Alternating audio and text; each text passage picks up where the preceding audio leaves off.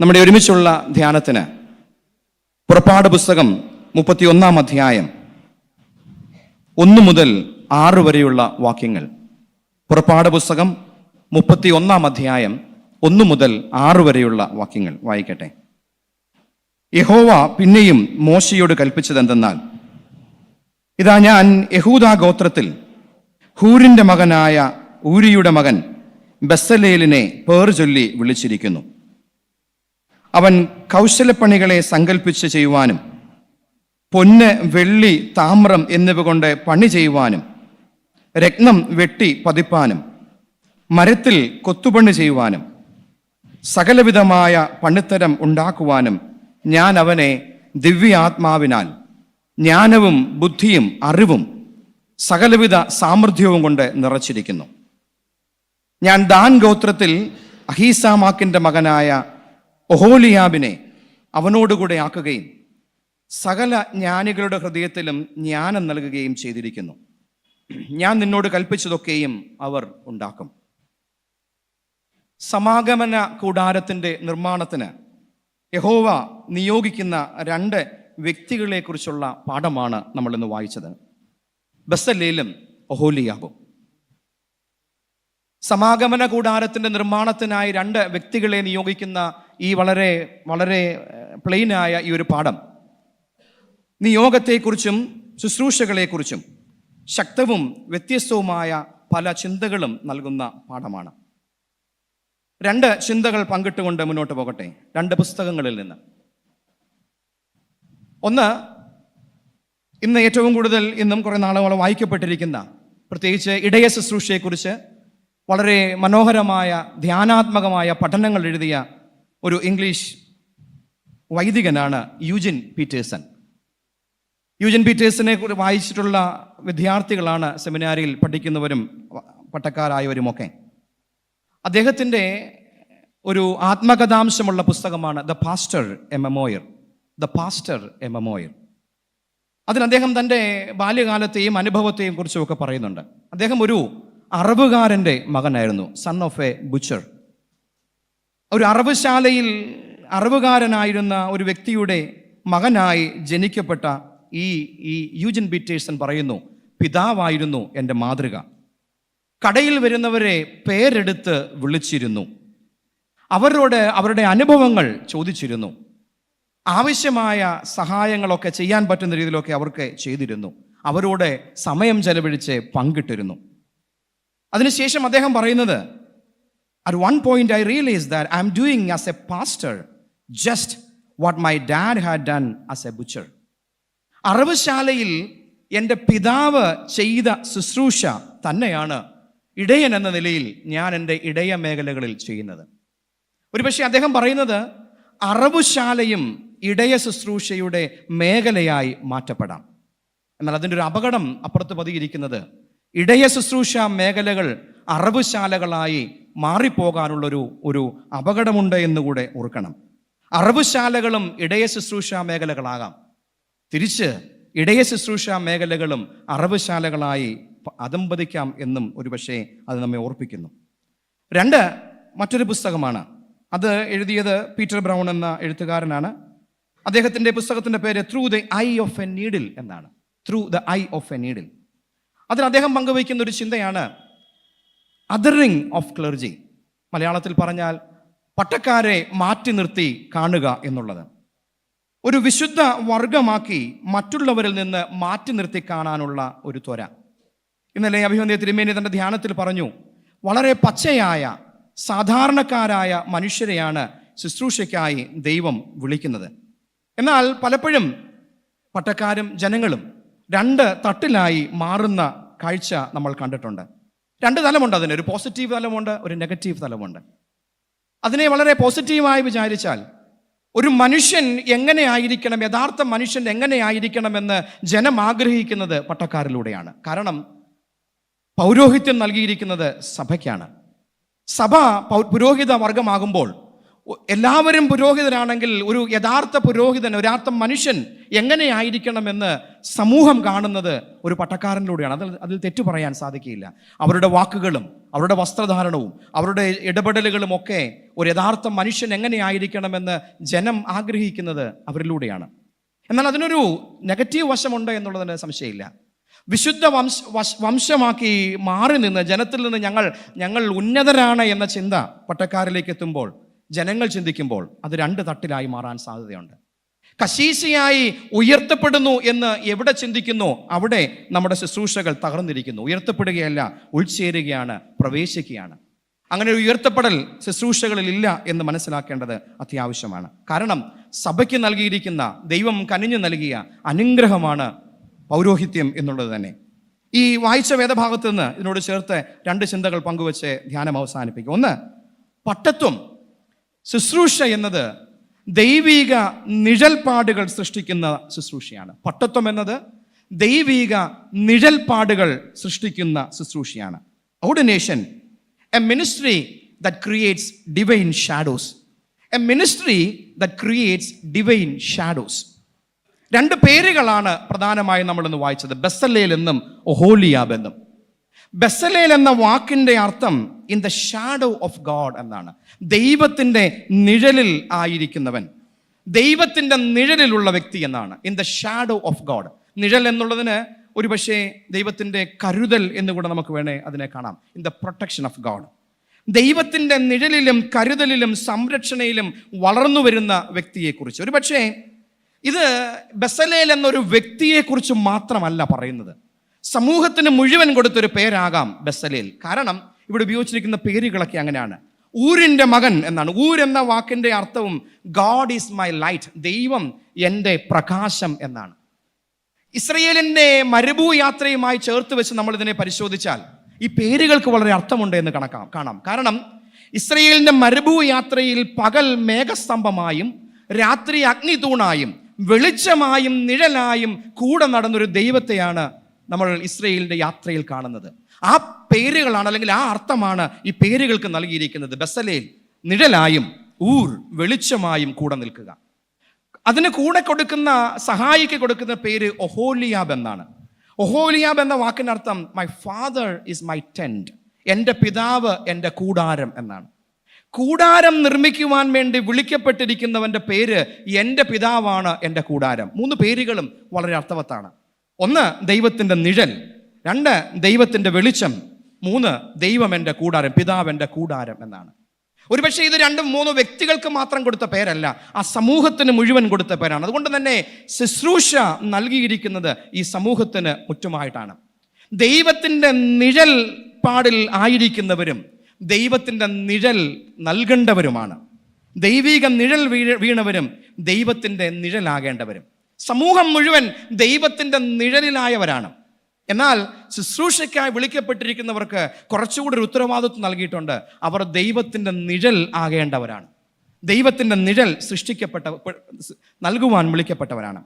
കഴിഞ്ഞ വെള്ളിയാഴ്ച മനോരമ പത്രത്തിൽ വന്ന ഒരു വാർത്തയാണ്, ഒരു ഫീച്ചറാണ് ഹ്യൂമൻ ലൈബ്രറി എന്ന ഫീച്ചർ. ഹ്യൂമൻ ലൈബ്രറി സുധാമേനോൻ എഴുതിയ ഒരു ആർട്ടിക്കിളാണ്.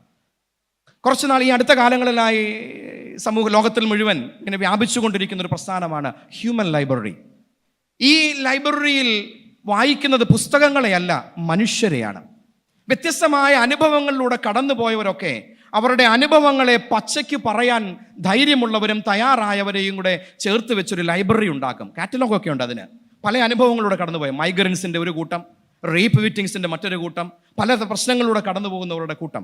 നമുക്ക് താല്പര്യമുള്ളവരെ നമുക്ക് തിരഞ്ഞെടുക്കാം. അവർ നമ്മുടെ കൂടെ വരും. അവരോട് നമുക്ക് ഏത് ചോദ്യവും ചോദിക്കാം. അവരെ കളിയാക്കാത്തതോ അവരെ പ്രയാസപ്പെടുത്താത്തതോ ആയ ചോദ്യങ്ങൾ ചോദിക്കാം. അവർ അനുഭവങ്ങൾ പങ്കിടും. ഓരോ വ്യക്തിയും ഒരു പുസ്തകമാണ് എന്ന് പഠിപ്പിക്കുകയാണ്. അത് വായിക്കുന്ന, കേൾക്കുന്ന നമ്മളെ സംബന്ധിച്ച് നമ്മൾ കടന്നു പോകുന്ന അനുഭവങ്ങൾക്കൊക്കെ ഒരു ധൈര്യം നൽകുന്നതാണ്. ഒരുപക്ഷെ human library. Every priest is A book, every person is A book. നമ്മളെല്ലാം ഓരോ പുസ്തകങ്ങളാണ്. ഒരുപക്ഷെ പട്ടക്കാരെ, ശുശ്രൂഷകരെ വിളിക്കുന്നതും ഒരു പുസ്തകമാകാനാണ്. ക്രിസ്തു എന്ന വലിയ സത്യത്തെ പറഞ്ഞു കൊടുക്കുന്ന, ആ നിഴൽ പറഞ്ഞു കൊടുക്കുന്ന പുസ്തകങ്ങളാകാനാണ് വിളിക്കപ്പെട്ടിരിക്കുന്നത്. ഇവിടെ ഈ രണ്ടുപേരെയും വിളിച്ചത് എന്തിനാണ്? അത് കൂടാരം നിർമ്മിക്കുന്നതിനാണ്. വളരെ അർത്ഥവത്താണ്. എന്തിനാണ് കൂടാരം നിർമ്മിക്കുന്നത്? പുറപ്പാട് ജനം ഇറങ്ങി വന്നത് മിസ്രൈമിൽ നിന്നാണ്. മിസ്രൈം വലിയ കെട്ടിടങ്ങൾ, വലിയ പിരമിഡുകളുടെ നാടാണ്. മിസ്രൈമിലേക്ക് അടിമകളെ കൊണ്ടുപോയത് മുഴുവൻ വലിയ കെട്ടിടങ്ങൾ നിർമ്മിക്കുന്നതിനാണ്, വലിയ പിരമിഡുകൾ നിർമ്മിക്കുന്നത്. ഇന്നും ഈജിപ്തിലെ, മിസ്രൈമിലെ പിരമിഡുകൾ വളരെ വലിയ പേരുള്ള അനുഭവങ്ങളാണ്.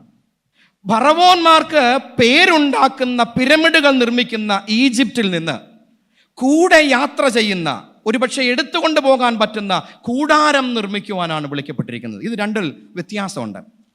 പിരമിഡുകളുടെ, രമ്യകർമ്മങ്ങളുടെ നിർമ്മാണത്തിനല്ല വിളിക്കപ്പെട്ടിരിക്കുന്നത്, കൂടാരം നിർമ്മിക്കുന്നതിനാണ്. ഓരോ കൂടാരം എന്ന് പറയുന്നത് ഒരു കൂടാരത്തിൻ്റെ ഒരു രാഷ്ട്രീയമുണ്ട്. പൊളിറ്റിക്സ് ഓഫ് ദ ടാബർനാക്കിൾ എന്നൊക്കെ പറയാം. കൂടാരത്തിൻ്റെ രാഷ്ട്രീയം, കൂടാരത്തിൻ്റെ രാഷ്ട്രീയം ഫറവോനിൽ നിന്ന് വ്യത്യസ്തമാണ്. യഹോവയുടെ രാഷ്ട്രീയമാണ്. അത് ജനത്തിൻ്റെ കൂടെ നടക്കുന്ന, അവർക്ക് തണലാകുന്ന, അവരുടെ അനുഭവങ്ങളിൽ അവരോട് സംസാരിക്കുന്ന, ഫറവോനെതിരെ നിൽക്കുന്ന കൂടാരത്തെ നിർമ്മിക്കാനാണ്. എന്നാൽ ഈജിപ്റ്റ് വലിയ രമ്യകർമ്മങ്ങളുടെ അനുഭവമാണ്. ഒരുപക്ഷെ ഓരോ പട്ടക്കാരനും വിളിക്കുന്നത് പേരുണ്ടാക്കുന്ന രമ്യകർമ്മങ്ങൾ നിർമ്മിക്കാനല്ല, കൂടെ യാത്ര ചെയ്യുന്ന കൂടാരത്തിൻ്റെ സൃഷ്ടിക്ക് വേണ്ടിയാണ്. ഒരുപക്ഷെ ദൈവം, യഹോവ ആഗ്രഹിക്കുന്നതാണ് കൂടാരത്തിൻ്റെ സൃഷ്ടികളാണ്. രമ്യകർമ്മങ്ങൾ, വലിയ പിരമിഡുകൾ സൃഷ്ടിക്കാനല്ല, എനിക്ക് പേരുണ്ടാക്കാനോ അല്ല ദൈവം വിളിക്കുന്നത്, മറിച്ച് ജനത്തോട് കൂടെ നടക്കുന്ന ദൈവത്തെ കാണിച്ചു കൊടുക്കുന്നതിനാണ്. പ്രിയപ്പെട്ട ഡീക്കൻ ജെമിൻ തോമസ് മാസൻ, താങ്കൾ ഒരു ബെസലേലാകാൻ വിളിക്കപ്പെട്ടവരാണ്. നമ്മളെല്ലാം ഓരോ ബെസലേലും ഒഹോലിയാബുമാകാൻ വിളിക്കപ്പെട്ടവരാണ്. ഫറവോന് വേണ്ടി വലിയ രമ്യകർമ്മങ്ങൾ നിർമ്മിക്കാനല്ല, പേര് നിലനിർത്തുന്ന സ്മാരകങ്ങളോ കൊട്ടാരങ്ങളോ നിർമ്മിക്കാനല്ല, ജനത്തോട് ചേർന്ന് യാത്ര ചെയ്യുന്ന കൂടാരങ്ങൾ നിർമ്മിക്കാനാണ്. ഒരുപക്ഷെ അത് ഫറവോനെതിരായിരിക്കാം, ഫറവോന്റെ രാഷ്ട്രീയത്തിനെതിരായിരിക്കാം. ഇതൊക്കെ അത് അപകടം പിടിച്ചതാണ്, അതത്ര എളുപ്പമല്ല. അത് മരുഭൂമിയിലൂടെ യാത്ര ചെയ്യേണ്ടി വരുന്നതാണ്. ഈ ഒരു ശുശ്രൂഷയ്ക്ക് ദൈവം വിളിക്കപ്പെട്ടവരാണ് പട്ടക്കാർ, ജനം എല്ലാം. ഒന്ന് ഞാൻ പറയാൻ ആഗ്രഹിച്ചത് ദൈവത്തിൻ്റെ നിഴൽപ്പാടുകൾ സൃഷ്ടിക്കുന്ന ശുശ്രൂഷയാണ്. ഞാനും നിങ്ങളുമൊക്കെ വിളിക്കപ്പെട്ടിരിക്കുന്നത് ദൈവത്തിൻ്റെ നിഴലുകളാകാനും ദൈവിക നിഴലിൻ കീഴിൽ താണിരിക്കാനുമാണ്. ബെസലേലും ഒഹോലിയാബും ദൈവത്തിൻ്റെ നിഴലിൻ കീഴിൽ താണിരുന്നപ്പോൾ ദൈവത്തിൻ്റെ നിഴലാകുവാൻ അവർക്ക് സാധിച്ചു എന്നുള്ളതാണ്. അത് കൂടാരത്തിൻ്റെ ശുശ്രൂഷകളാണ്, കൊട്ടാരത്തിൻ്റെ ശുശ്രൂഷകളല്ല. ദൈവം അതിന് സഹായിക്കട്ടെ. 2, അതിരുകളെ വിശാലമാക്കുന്ന ശുശ്രൂഷയാണ്. പട്ടത്വം എന്ന് പറയുന്നത് അതിരുകളെ വിശാലമാക്കുന്ന ശുശ്രൂഷയാണ്. A ministry that broadens borders. ഇവിടെ ഈ 2 വ്യക്തികളെ, ബെസലേലിനെയും ഒഹോലിയാബിനെയും വിളിക്കുന്നത് തൊഴിലാളികളാകുന്നതിനാണ്, നിർമ്മാണ പ്രവർത്തനത്തിനാണ്, ഈ കൂടാരം നിർമ്മിക്കുന്നതിനാണ്. എന്നാൽ നിർമ്മിക്കുവാൻ വേണ്ടി അവരെ വിളിച്ചപ്പോൾ അവർക്ക് ദൈവത്തിൻ്റെ ആത്മാവിൻ്റെ പ്രവർത്തനമാണ് ഇടയാവും. ദൈവാത്മാവിനാൽ ജ്ഞാനം ലഭിക്കുകയാണ്, ദൈവാത്മാവിനാൽ അവർ നിറയപ്പെടുകയാണ്. ഈ വേദഭാഗം പഠിക്കുമ്പോൾ ഇവിടെയൊക്കെ ഉപയോഗിച്ചിരിക്കുന്ന വാക്കുകൾ സൃഷ്ടിയിൽ ദൈവത്തിൻ്റെ ആത്മാവ് പരിവർത്തിച്ചു എന്നുള്ള ആ വാക്കുകളുമായി ബന്ധപ്പെട്ടാണ്. അതുമോട് ചേർന്നിരിക്കുന്ന വാക്കുകളാണ് ഇവിടെ ഉപയോഗിച്ചിരിക്കുന്നത്. സൃഷ്ടിയിൽ ദൈവത്തോട് ചേർന്ന് പ്രവർത്തിച്ച അതേ ആത്മാവിനെ തന്നെ പുനഃസൃഷ്ടിക്ക് വേണ്ടി, ഒരു പുതിയ സമൂഹത്തെ സൃഷ്ടിക്കുന്നതിന് വേണ്ടി നൽകുകയാണ്. പച്ചയായ മനുഷ്യർ വെറും മൺകൂടാരങ്ങളെ വിളിച്ച് വേർതിരിക്കുമ്പോൾ ദൈവം തൻ്റെ സൃഷ്ടിയിൽ ദൈവത്തോട് ചേർന്നിരുന്ന അതേ ആത്മാവിനെ, ദിവ്യാത്മാവിനെ കൊണ്ട് നിറയ്ക്കുകയാണ്. സൃഷ്ടിയിൽ ദൈവത്തോടുള്ള അല്പമുള്ള ആത്മാവ്. ഈ ബെസലേലിനെയും ഒഹോലിയാബിനെയും പഠിച്ചാൽ അതിനു മുൻപെങ്ങും ഇവരെക്കുറിച്ച് പറഞ്ഞിട്ടില്ല. യാതൊരു തരത്തിലുള്ള പാരമ്പര്യങ്ങളൊന്നും അവകാശപ്പെടാനില്ല, കുലമഹിമകളൊന്നും അവകാശപ്പെടാനില്ല, ഒന്നും അവകാശപ്പെടാനില്ലാത്തവരെയാണ് ദൈവം വിളിച്ചിരിക്കുന്നത്. വിളിച്ചപ്പോൾ അവകാശപ്പെടാനുള്ള ഒന്ന് മാത്രമേ ഉള്ളൂ, അത് ദൈവാത്മാവിൻ്റെ പകരപ്പെടലാണ്. ശുശ്രൂഷയ്ക്ക് വിളിക്കുന്നത് കുലമഹിമകളോ പാരമ്പര്യങ്ങളോ ഒന്നും നോക്കിയിട്ടല്ല, മറിച്ച് ദൈവാത്മാവിൻ്റെ തണലിൻ കീഴിൽ താണിരിക്കാൻ ധൈര്യമുണ്ടോ എന്നുള്ളതാണ്. അതിന് തയ്യാറാകുന്നവരെയാണ് ഒരുപക്ഷെ ഇവിടെ വിളിക്കുന്നത്. കുടുംബ മഹിമകളോ അപാരമായ കഴിവിൻ്റെ ഉടയവരോ ഒന്നുമല്ല, മറിച്ച് ദൈവാത്മാവിനാൽ നിറയപ്പെടുമ്പോൾ അവർ അസാധാരണ മനുഷ്യരായിട്ട് മാറുകയാണ്. മറ്റൊന്ന്, ബെസലേലിനെ നിയമിക്കുന്നത് ഒറ്റയ്ക്കല്ല, കൂടെ സഹായത്തിന് ഒഹോലിയാബിനെയും കൊടുക്കുന്നുണ്ട്. ശുശ്രൂഷ ഒറ്റയാൾ പട്ടാളമായി ചെയ്യാനുള്ളതല്ല. വേദപുസ്തകത്തിൽ എങ്ങും ഒറ്റയാൾക്ക് ശുശ്രൂഷ ഉള്ളതൊക്കെ ഒരുപക്ഷെ പ്രവാചകന്മാരൊക്കെ ഉണ്ടായിരിക്കാം, എങ്കിൽ പോലും അവരോടൊക്കെ ചേർന്ന് ശുശ്രൂഷ ചെയ്യുന്നതിന് ആളുകളെ നൽകിയിട്ടുണ്ട്. പുതിയ നിയമത്തിലേക്ക് വരികയാണെങ്കിൽ ക്രിസ്തു തൻ്റെ അപ്പോസ്തലന്മാരെ അയക്കുമ്പോൾ ഒറ്റയ്ക്കാരെയും അയച്ചിട്ടില്ല, കൂട്ടത്തോടെയോ രണ്ടുപേരോ ഒക്കെ ആയിട്ടാണ് അയച്ചിരിക്കുന്നത്. ശുശ്രൂഷ ഒറ്റയാൾ പട്ടാളമല്ല. എന്തിന് ഏറെ പറയുന്നു? ദൈവത്തെക്കുറിച്ച് നമ്മൾ പറയുമ്പോൾ നമ്മൾ വിശ്വസിക്കുന്നത് ഒറ്റക്കൊമ്പനായ ദൈവത്തിലല്ല, തൃത്വ ദൈവത്തിലാണ്. ഒറ്റക്കൊമ്പന്മാർ എവിടെയുണ്ടോ അതൊക്കെ അപകടമാണ്. ഒറ്റയാൾ പട്ടാളങ്ങളൊക്കെ അപകടങ്ങളാണ് സൃഷ്ടിക്കുന്നത്. എന്നാൽ ഒരുമിച്ച് ചേർന്ന് കൂട്ടത്തോടെയുള്ള ശുശ്രൂഷകളാണ് അർത്ഥവത്തായ ശുശ്രൂഷകൾ. പട്ടക്കാരും ജനവും, പട്ടക്കാർ, സഹോദര പട്ടക്കാർ ഒരുമിച്ച് ചെയ്യേണ്ട ശുശ്രൂഷയാണ് ദൈവം നമ്മെ ഏൽപ്പിക്കുന്നത്. ഒറ്റയാൾ പട്ടാളമായി ഒറ്റക്കൊമ്പനായി നിലനിൽക്കാനല്ല നമ്മെ വിളിച്ചിരിക്കുന്നത്. ഒരുമിച്ച് ചേർന്ന് ഉൾച്ചേർന്നുകൊണ്ട് ജനത്തോട് ചേർന്ന് സഹോദര പട്ടക്കാരോട് ചേർന്ന് ഒരുമിച്ച് ശുശ്രൂഷ ചെയ്യുന്നതിനാണ് ദൈവം വിളിച്ചിരിക്കുന്നത്. അത് പ്രിയപ്പെട്ട ജെമിൻ തോമസ് ഷമ്മാസിനെ മാത്രമല്ല, നമ്മളെ എല്ലാം വിളിച്ചിരിക്കുന്നത് അതിനു വേണ്ടിയാണ്. ഒരുപക്ഷെ ഇന്ന് നമുക്ക് കാണാൻ സാധിക്കുന്നത് പല ഇടവകളിലും പലയിടങ്ങളിലും ജനവും പട്ടക്കാരും ഒക്കെ ഇങ്ങനെ ഒറ്റയാൾ പട്ടാളമായി നിൽക്കുന്നവരാണ്. ഞാൻ നിൽക്കുന്നതാണ്. അവിടെ ശുശ്രൂഷ പരാജയപ്പെടുകയാണ്. ബെസലേലിന് വേണ്ടി എവിടെ ബെസലേലിനെ നിയമിക്കുന്നോ അവിടെ ഒഹോലിയാബും കൂടെയുണ്ട് എന്നുള്ളത് അർത്ഥവത്താണ്. നമ്മെ നിയമിച്ചിരിക്കുന്നത് ഒറ്റയ്ക്ക് ചെയ്യാനല്ല, കൂട്ടത്തോടെ ഉൾച്ചേർന്നുകൊണ്ട് ചെയ്യുന്നതിനാണ്. മറ്റൊരു ചിന്ത ഈ ഭാഗം നൽകുന്നത് ശുശ്രൂഷ എന്ന ചിന്തയെ തന്നെ വിശാലമാക്കുകയാണ്. ശുശ്രൂഷ എന്നാൽ അഹരോന്റെ ദേവാലയത്തിൽ ഉള്ള ശുശ്രൂഷ മാത്രമല്ല. ഒരുപക്ഷെ നമ്മൾ ശുശ്രൂഷ എന്ന് പറയുമ്പോൾ പട്ടക്കാരൻ ഈ മദ്ബഹായിൽ ചെയ്യുന്ന ശുശ്രൂഷയെക്കുറിച്ച് മാത്രമാണ്. എന്നാൽ ഈ ഭാഗം നമ്മെ ഓർപ്പിക്കുന്നത് തൊഴിലെടുക്കുന്ന തൊഴിലാളിയും പണിയാളിയും ചെയ്യുന്നതും ശുശ്രൂഷ തന്നെയാണ്. അച്ഛൻ ചെയ്യുന്നത് ശുശ്രൂഷയും ജനം ചെയ്യുന്നത് തൊഴിലും ജോലിയുമായി മാറ്റപ്പെടുകയാണ്. അങ്ങനെയല്ല വേദപുസ്തകം പഠിപ്പിക്കുന്നത്. അതും ശുശ്രൂഷയാണ്. Every profession is a ministry and every ministry is a profession too. എല്ലാ ശുശ്രൂഷകളും ഒരു ജോലിയാണ്, എല്ലാ ജോലിയും ഒരു ശുശ്രൂഷയാണ്.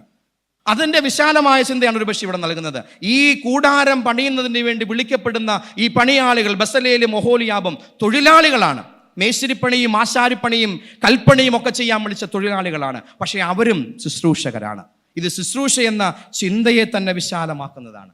ഈ സമൂഹത്തിൽ ശുശ്രൂഷയും ജോലിയും എന്ന് രണ്ട് രീതിയിൽ മാറ്റാൻ സാധിക്കില്ല. അച്ഛൻ ചെയ്യുന്നതും ജോലിയാണ്, അതും ശുശ്രൂഷയാണ്. ജനം ചെയ്യുന്നതും ജോലിയാണ്, അതും ശുശ്രൂഷയാണ്. അതുകൊണ്ട് every profession is a ministry and every ministry is a profession too. ഈ വേർതിരിവ് പലപ്പോഴും പട്ടക്കാരെയും ജനത്തെയും രണ്ടാക്കി കാണാറുണ്ട്. അതുകൊണ്ടാണ് ഞാൻ ആദ്യം ഉപയോഗിച്ച രണ്ട് സംഭവങ്ങൾ. അറവുശാലയും ശുശ്രൂഷയിടമായിട്ട് മാറാം, പട്ടക്കാരെ മാറ്റി നിർത്തി കാണേണ്ടതല്ല. അതുകൊണ്ട് എല്ലാ ശുശ്രൂഷയും is a sacred and inspired. എല്ലാ ശുശ്രൂഷകളും വിളിച്ച് വേർതിരിക്കപ്പെട്ടവർക്ക് നൽകപ്പെട്ടതാണ്. അത് പട്ടത്ത ശുശ്രൂഷയും തൊഴിലും അധ്യാപനവും കച്ചവടവും ഒക്കെ ശുശ്രൂഷകളാണ്, വിളിച്ച് വേർതിരിക്കപ്പെട്ടവരാണ്. അവിടെയൊക്കെ ദൈവം നമ്മെ വിശ്വാസത്തിലെടുക്കുന്നതാണ്. ഓർക്കുക, തൊഴിൽ വിശുദ്ധവും ദൈവനിശ്വാസ്യവുമാണ്. എല്ലാ തൊഴിലും വിശുദ്ധവും ദൈവനിശ്വാസ്യവുമാണ്. അറവുശാലകളും ശുശ്രൂഷ ഇടങ്ങളായി രൂപപ്പെടാം. ശുശ്രൂഷ ഇടങ്ങൾ അറവുശാലകളായി തീർന്നു പോകാനുള്ള സാധ്യതയുണ്ട്. ദൈവം പ്രിയശമ്മാശനോടും നാം എല്ലാവരോടും കൂടെ ഇരിക്കട്ടെ.